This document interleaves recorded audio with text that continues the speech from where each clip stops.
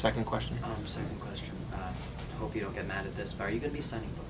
Yeah, absolutely. Absolutely. I get very mad. Very.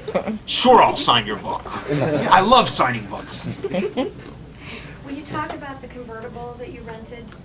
Well, that kind of builds up on the theme. Actually, builds on the theme about just getting out of the house and getting away from books. Ultimately, I was doing all this research on teenagers throughout history and the vocabulary of teenagers, which was difficult to find, and so I finally just said, well, I got to also drive the route that Sam and Hailey drove. So I rented this.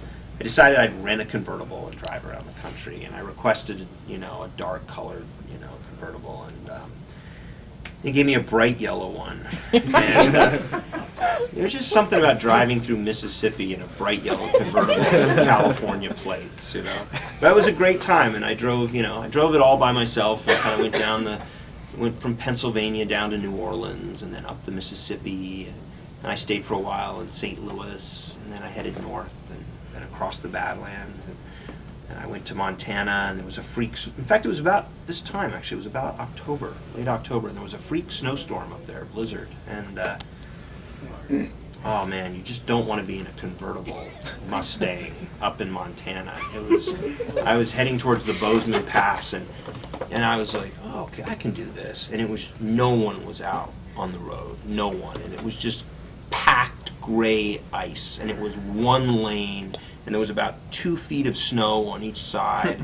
And I'm just like going along, and I'm like, oh, I'm going to drive slowly. Meanwhile, these big trucks were barreling through it, right, at 85 miles per hour. And whenever they'd pass, they'd kick up this thing called a whiteout, which is so much snow that you really can't see for 3 or 4 blinks. You're just like this, and you're just like, oh God, it's got to clear, And so I realized within 5 minutes that I had to get the hell off this road because I was going to die.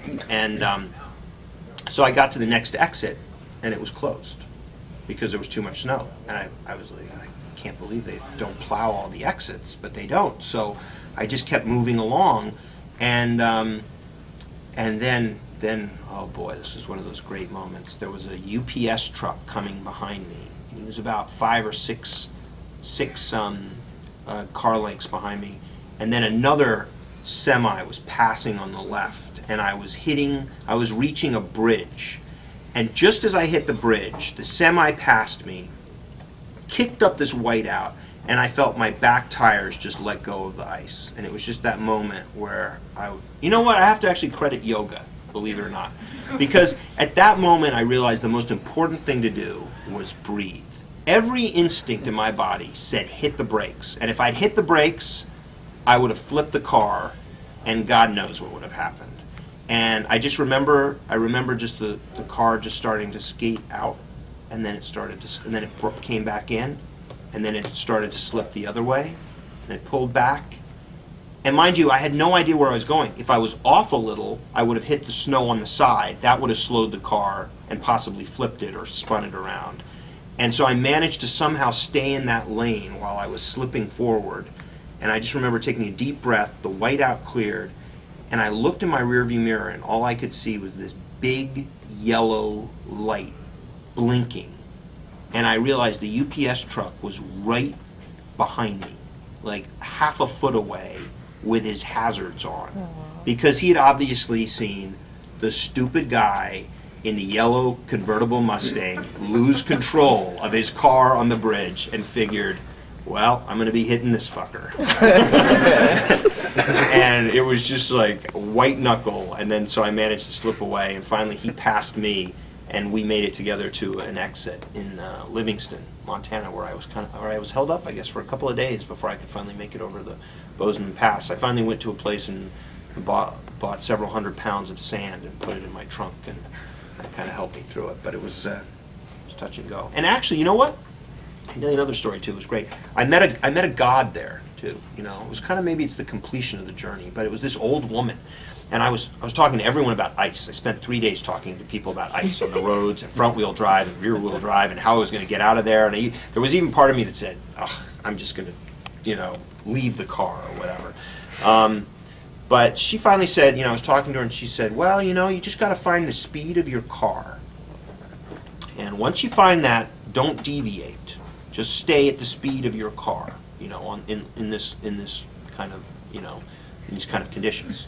So I sort of forgot about it, I think, during this old lady, she kind of waddled off and suddenly vanished, into a puff of fog.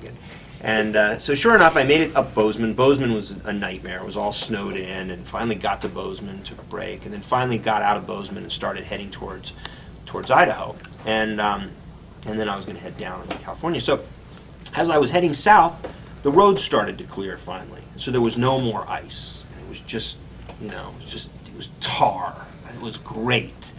And I had been all along driving at around 40, 45 miles per hour, right? And so now I'm thinking, well, tar, when I was driving across the desert in Nevada, it was about 120 miles per hour, right? But I remembered what that woman said, and it was like, that the speed of this car in those conditions, even though the snow was melting, was 45 miles per hour. So people were passing me, and I was just like, okay, I'm just going to stay, and there was snow everywhere, and I'm like, oh, this is crazy. And sure enough, I came around a bend, and in that bend, the road was in the shadow of the mountain, and it was pure ice. And if I'd hit that going 65, I would have flown right off the edge. So she kind of saved my life, And at 45, 50 miles per hour, it was perfect. Moved on.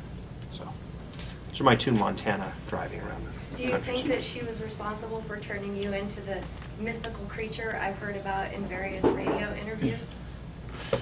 No, I think that was the book. You'll notice I have a bump on my head. Jesse's very personal. Jeez, I can't wait to hear what's next. Through the course of writing this book, my sister, my friend, my family started to notice that there was this bump on my head, and I hadn't hit my head. And so I went and got an MRI, and it was just whatever, it was a bump. And then I came